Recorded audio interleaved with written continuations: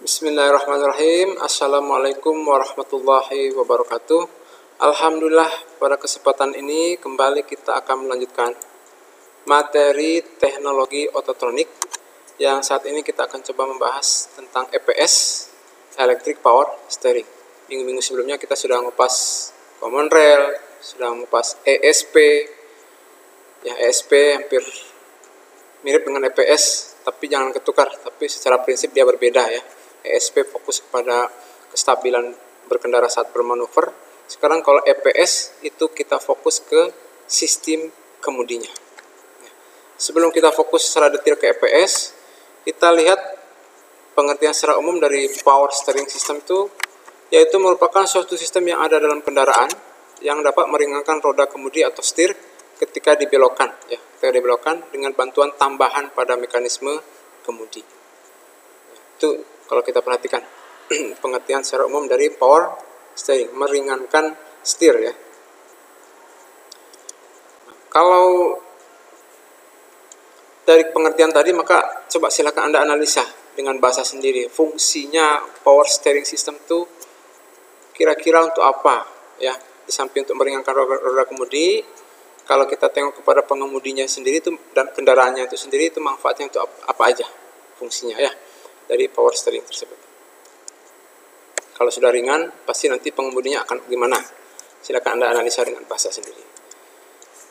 Nah, kita coba lihat berdasarkan referensi-referensi yang ada. Jenis power steering system itu antara lain, yang pertama itu ada yang kita sebut dengan HPS, Hydraulic Power Steering. Nah, kalau kita perhatikan di sini, untuk meringankan roda kemudinya ini, itu dengan memanfaatkan tekanan oli hidrolis. Nah, kalau sudah ada tekanan oli hidrolis, berarti nanti ada pompa hidrolisnya. Ya, sesuai dengan kebutuhan pengemudian. Oke, ini yang kita sebut dengan HPS, Hydraulic Power Steering, membuat putaran setir atau roda kemudi jadi lebih ringan dengan memanfaatkan tekanan oli hidrolis. Itu yang pertama. Yang kedua, EPS, Electric Power Steering. Nah, jenis sistem kemudi yang menggunakan motor listrik yang dikontrol secara elektronik. Jadi dikontrol secara elektronik di sini maksudnya nanti ada ECM, ECU atau kontrol modulnya untuk EPS itu sendiri. Memerintahkan di sini adalah motor listriknya yang dikontrol. Jadi sebagai aktuatornya. Jadi kalau yang HPS itu pompa hidroliknya, nanti yang untuk menghasilkan aliran hidrolik dan membangkitkan tekanannya nanti, sedang di sini nanti adalah motor listrik kalau yang di EPS. Untuk yang berikutnya ada istilah hybrid power steering atau elektro-hidro power steering. Ada juga beberapa istilah dari referensi ini disebut dengan semi elektrik. Ya. Ini merupakan apa? Sistem kemudi atau steering yang kombinasi antara tipe yang pertama dan kedua tadi ya. Tipe HPS dan EPS, Hydraulic Power Steering, dan tipe Electric Power Steering. Nah, kalau kita lihat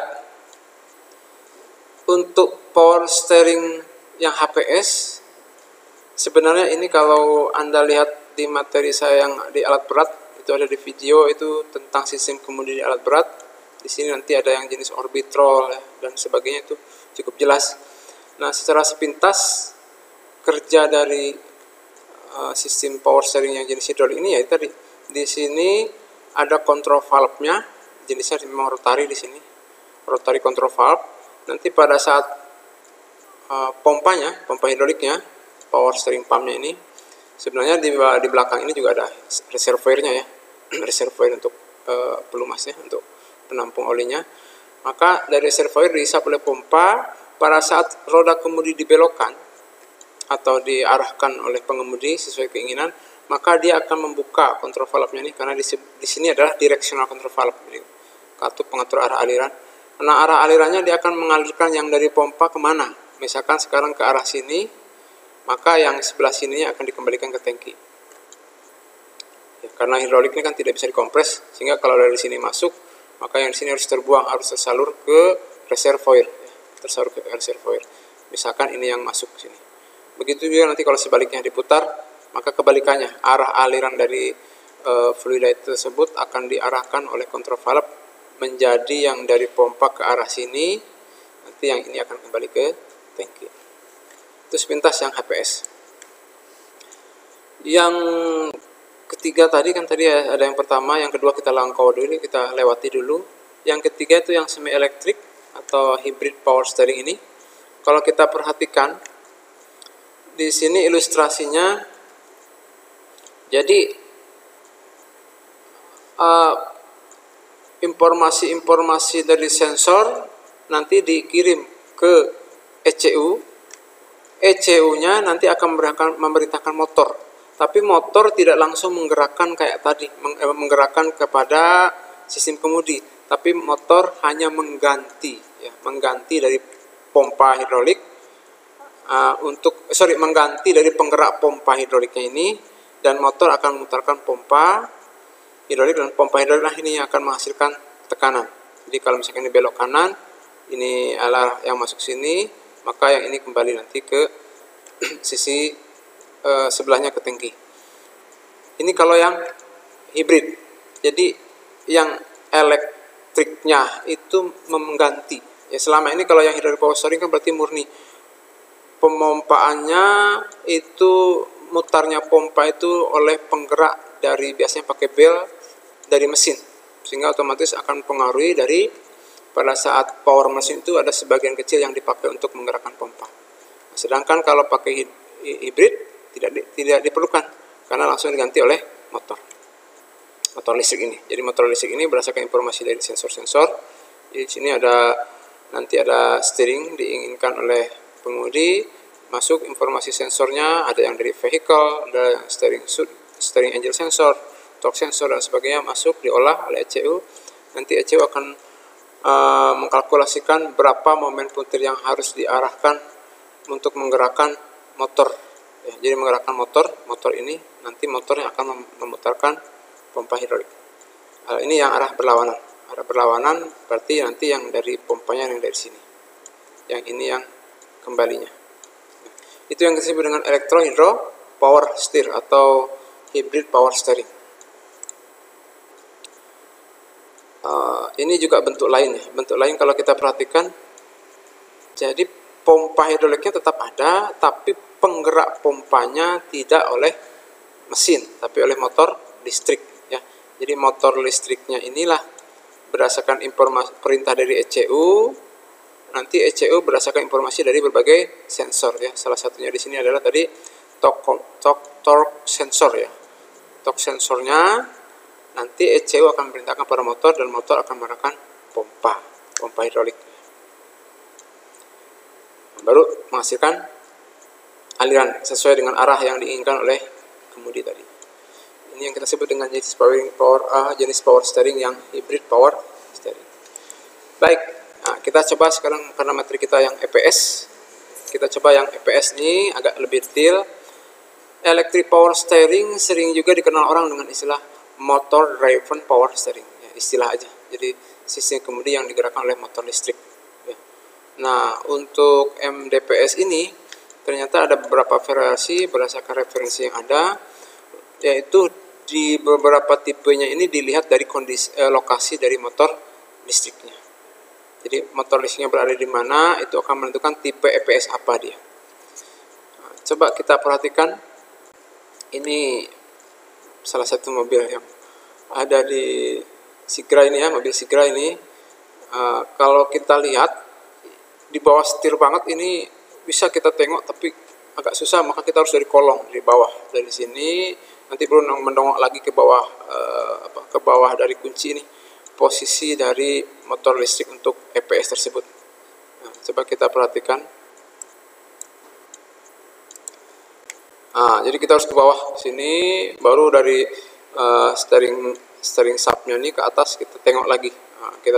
Nah, ini yang motor listriknya, ini yang ECU-nya, nanti di sebelah situ nanti ada yang kita sebut dengan torque sensornya. Jadi agak susah dia di bawah setir ya. Di bawah setir, tapi kepala kita harus nengok ke bagian bawah untuk melihat apa tadi posisi dari motor listriknya. memang jenis EPS-nya ini nanti bisa kita tengok nih jenis tipe apa. Yang jelas dia adanya di dalam kabin di sini ya, di dalam kompartemen ini, di dalam ini, di bawah setir. Oke, lanjut. Sorry, kita lanjut. Nah, kalau untuk melihat rack-nya, kontrol rack-nya itu berada di luar. Jadi kalau kita lihat ini engine, ini kita perhatikan berarti ini adalah untuk booster remnya ya. Nah, kita lihat itu kontrol rack-nya di bagian depan, memang agak susah lihatnya. Nah, itu yang pakai center. Nah, itu dia. Jadi agak susah ya nengoknya. Nah ini dia. Itu kontrol rack-nya untuk menggerakkan roda kemudi. Jadi motornya tidak di luar. Motor listriknya ada di dalam tadi di bawah setir. Ya. Itu kalau kita perhatikan dia hanya memanjang sepanjang ini di bagian bawah itu kontrol rack-nya aja. Kita tahu sistem kemudi kan ada yang jenis rack and pinion. Nah, silakan coba Anda lengkapi dan bandingkan lagi contoh posisi motor listrik EPS pada mobil lainnya. Misalkan Anda lihat di Avanza atau di mobil yang lain yang sekitar rumah Anda, coba Anda lihat posisinya. Apakah ada di dalam dua setir sendiri atau ada di luar, di dekat engine. Baik, kita tengok. Kalau kita mengacu kepada referensi yang ada di Hyundai, nah EPS ini, Electric Power Steering ini mempunyai beberapa keuntungan. Itu diantaranya satu, lebih ramah lingkungan. Kenapa ramah? Ya itu tadi, kan tidak pakai oli lagi, sehingga kemungkinan kebocoran oli, membuang oli sebagai limbah itu tidak terjadi, karena murni semuanya menggunakan listrik ya, dan mekanik ya, tidak pakai hidrolik. Nah, konsumsi bahan bakar berdasarkan penelitian yang Hyundai ini adalah lebih hemat 2-3%. Kenapa hemat? Karena tidak pakai pompa oli untuk menggerakkan olinya, karena di sini menggunakan motor listrik. Dimana kita tahu kalau pompa hidroliknya itu kan harus didompleng dari mesin untuk menggerakkannya. Sehingga ini bisa lebih hemat kalau pakai EPS. Bobotnya juga berkurang sekitar 2,4 kilo, lebih kompak, lebih ringan. Maaf, ini double, lebih ramah lingkungan juga maksudnya sebenarnya yang ini ya. Yang berikutnya itu akselerasi lebih meningkat. Itu dia, karena tidak tergantung pada engine, kapanpun mengegas, kebutuhan mesin tidak dipakai sedikit pun untuk EPS, sehingga bisa memungkinkan akselerasinya lebih bagus. Dan pemasangannya lebih mudah, karena dari segi jumlah dan titik pemasangannya lebih sedikit untuk EPS dibandingkan yang HPS atau Hydraulic Power Steering. Ini mohon maaf tertulis 2 kali. Nah, kekurangannya kalau kita perhatikan, sebenarnya nggak cuma ini aja ya, tapi kalau kita lihat ini rentan rusak jika terkena air ya, karena semuanya listrik. Maka nanti bisa kita tengok saat melihat tipe-tipe EPS tadi, itu tipe yang mana yang lebih rentan motor listriknya itu kalau terendam air. Oke, yang keduanya itu tadi, kalau sudah kerusakan tuh jarang diperbaiki, tapi diganti dengan yang baru satu unit ya, sebagai satu unit. Beda dengan yang HPS, mungkin bisa cuma mengganti sealnya kalau bocor ya. Kalau ini enggak, bisa diganti satu unit ya, otomatis harganya menjadi lebih mahal karena diganti secara keseluruhan. Itu kekurangannya dari EPS. Dan Anda silakan, masih banyak lagi sebenarnya kalau kita lihat dari referensi kekurangan atau ya kekurangan dari EPS ini. Coba silakan Anda cari lagi referensi, analisa kekurangannya apa lagi. Baik, untuk komponennya yang umum itu yang pertama yaitu ECM itu sendiri atau ECU-nya, kontrol modulnya, yaitu sebagai otaknya di sini ya, untuk menerima informasi dari sensor dan nanti menggerakkan aktuator. Setelah dia kalkulasi dia akan menggerakkan aktuatornya berupa motor listriknya. Nah, terus ini motor listrik itu sendiri nih aktuatornya yang akan membantu pengendara atau pengemudi meringankan perputaran roda kemudi. Nah, ada juga yang VSS, jadi Vehicle Speed Sensor. Nah, ini sebagian ada yang bilang terletak di gearbox ya, jadi di gearbox itu berarti di transmisi, untuk mendeteksi kecepatan. Kenapa? Karena EPS ini berdasarkan beberapa referensi tidak akan aktif terus. Jadi, kalau sudah kecepatan, ada sebagian referensi yang 60 km minimal, itu nanti dia akan dilepas motor listriknya, tidak terkonek ya, tidak terkonek ke steering, supaya pengendaraannya tetap stabil karena jadi berat.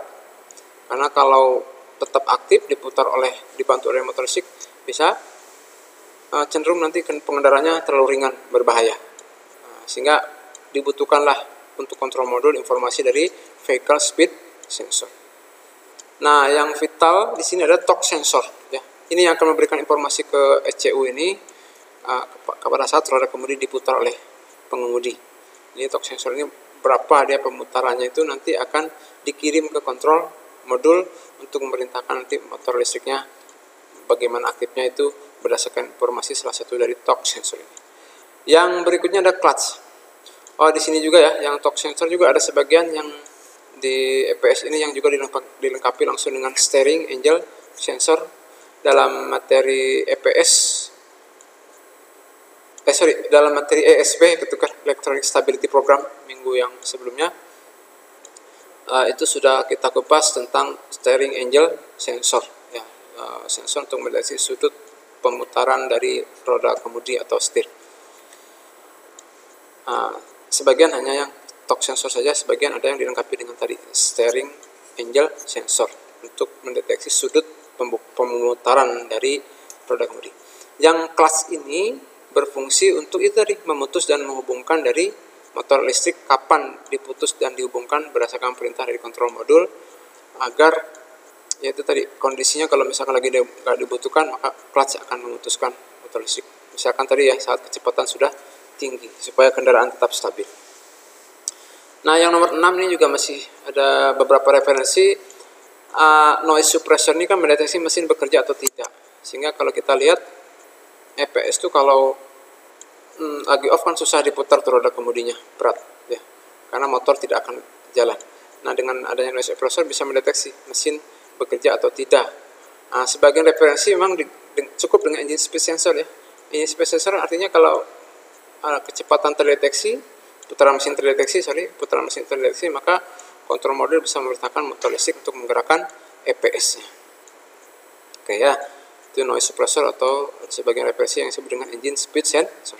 Nah, yang ini onboard diagnostic display, yaitu indikator yang ada di panel, biasanya ada muncul lambang EPS. Jadi kalau dia pada saat on pertama biasanya sekitar berapa detik itu? 3 detik ya, kalau nggak salah sekitar 3 detik, lupa saya.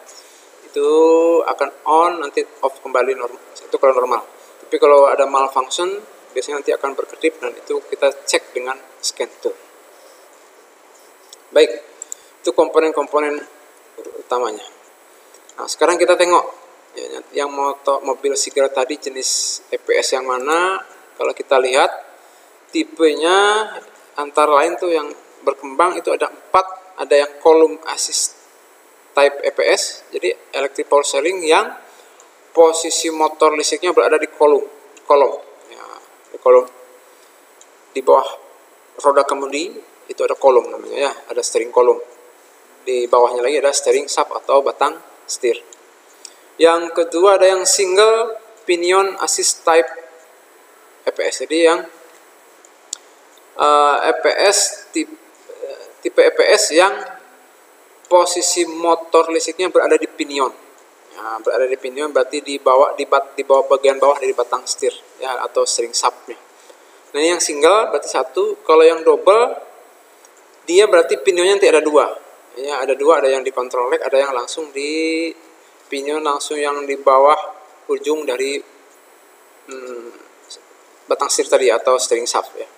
Itu yang ketiga, double pinion EPS. Dan yang keempat, rack assist type EPS. Jadi EPS tipe EPS yang posisi motor listriknya berada di rack ya, di bagian rack. Baik, itu ada 4. Jadi kalau kita tengok yang Seagull yang mana? Coba Anda analisa tadi ya. Posisinya langsung tadi di bawah roda kemudi yang video tadi ya. Oke, kita lihat ini sekarang yang kolom. Nah, berarti ini ya, kolom itu berarti ini roda kemudi. Langsung kalau kita tengok di sini, ini ada motor listriknya. Di sini ada torque sensornya, ECU juga nanti ECU untuk EPS ini menerima informasi dari engine speed sensor ya. Jadi kalau tidak ada noise suppressor berarti pakai engine speed sensor, vehicle speed sensor, dan sensor yang lainnya nanti dikirim ke sini. ECU akan mengolah dan ECU nanti akan memerintahkan mengkalkulasikan sedemikian rupa motornya akan diaktifkan, dan pada saat nanti tidak dibutuhkan clutch-nya juga akan di on off kan di sini ya. Jadi kapan terputus enggaknya berdasarkan informasi salah satunya dari vehicle speed sensor ya. Baik, setelah itu berarti pemutaran dari ini ya murni dibantu oleh motor sehingga pengemudi jadi lebih ringan pada saat membelokkan si roda ini ya, karena dibantu oleh motor listrik. Beda dengan yang manual ya, yang tidak power steering, semuanya oleh tenaga tangan dari pengemudi. Nah, kalau kita perhatikan ini contoh yang ada di Hyundai, torque sensornya ini sebelah sini. Tadi kalau kita lihat ini ECU-nya, ECU control mode untuk EPS, dan yang ini atau kita lihat sebelah bawah ini yang motor listriknya. Ya, itu salah satu, hampir mirip dengan yang video sebelumnya ya. Berarti ini tipe yang kolom EPS. Baik, kita lanjut. Kalau kita perhatikan, ini mobilnya bisa Anda lihat lambangnya. Saya ngambil dari YouTube. Di sini memang sedikit berbeda tadi dengan yang tipe yang ada di Hyundai, tapi intinya dia adalah termasuk tipe kolom karena langsung menggerakkan motor listriknya untuk berada di kolom di sini untuk meringankan dari pengemudiannya. Kita tengok. Ya. Jadi pergerakan belok kiri belok kanannya itu dibantu langsung di sini menggunakan motor listrik ya. Jadi motor listriknya ini yang akan diperintahkan oleh ECU untuk memutarkan steering shaft ke bawah sampai nanti ke kontrol rack. Ke rack dan pinionnya, sehingga nanti ujung-ujungnya menggerakkan T-rod end, terus menggerakkan steering knuckle menggunakan roda sama ya. Itu yang tipe C EPS, kolom EPS. Oke, ya. Baik, kita lihat berikutnya yang single pinion EPS. Nah, yang single pinion berarti posisinya kalau yang tadi kolom di sebelah sini, sekarang motor listriknya di bagian bawah dari batang setir ke bawah sini di bagian pinionnya, ini yang kita sebut dengan single pinion karena satu ya, cuma satu. Ini motor listriknya, sensornya juga ada di sini ya, di sini ada torque dan angel steering sensornya, jadi bagian sini ya. Terus nanti dikirim informasinya ke ECU.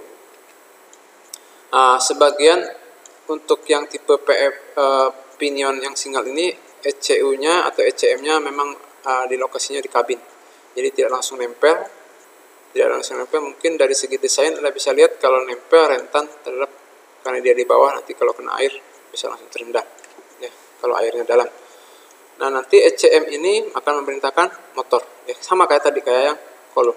Nanti baru perputaran ini kan lebih ringan dan akan menggeser-geser dari rack ini dan nanti akan membelokkan kemudi sesuai yang diinginkan oleh pengendara atau pengemudi. Baik, itu contoh yang single. Kalau kita perhatikan, ini kita lihat dari mobil yang merek, Anda bisa lihat nih mereknya. Kalau yang tipe ini BMW ya. Nah, ini bentuknya ada juga yang lebih unik seperti ini, tapi ini kita sebut dengan pinion EPS ya. Kita tengok. Nah, jadi dia perputaran motornya ini membantu meringankan pengemudi posisinya berada di pinion. Yang kita sebut dengan single pinion EPS di sini. Dan ini tidak harus sama tadi, tidak harus aktif terus menerus, tergantung kondisi putaran dan kecepatan kendaraan. Karena itu tadi, kalau sudah tinggi kecepatannya nanti cenderung melayang kalau diaktifkan terus motornya, maka supaya stabil pengendaraannya biasanya akan di nonaktifkan supaya stabil, supaya berat. Baik, kita lanjut. Kita lanjut yang double. Berarti yang ketiga ini double pinion EPS. Berarti di samping yang tempatnya di sini tadi ada di sini. Jadi ini ada dua. Ya, ada dua. Ini contoh yang dari Hyundai juga ada. Kalau kita baca yang di Honda juga ada yang seperti ini. Ini malah lebih bisa membuat smooth lagi ya, lebih lembut lagi pengendaraannya. Kalau kita perhatikan di sini, ini pinion yang biasa diputar dan pada saat dibutuhkan motornya akan diaktifkan oleh control unit untuk menggerakkan pinion berikutnya sehingga lebih ringan pergerakan dari control rack-nya ini. Jadi ada dua double pinion maksudnya. Jadi ini pinion yang langsung digerakkan oleh pengemudi dan ini yang digerakkan oleh motor listrik sesuai kebutuhan kapan diaktifkannya. Ya. Ini yang double pinion EPS. Baik.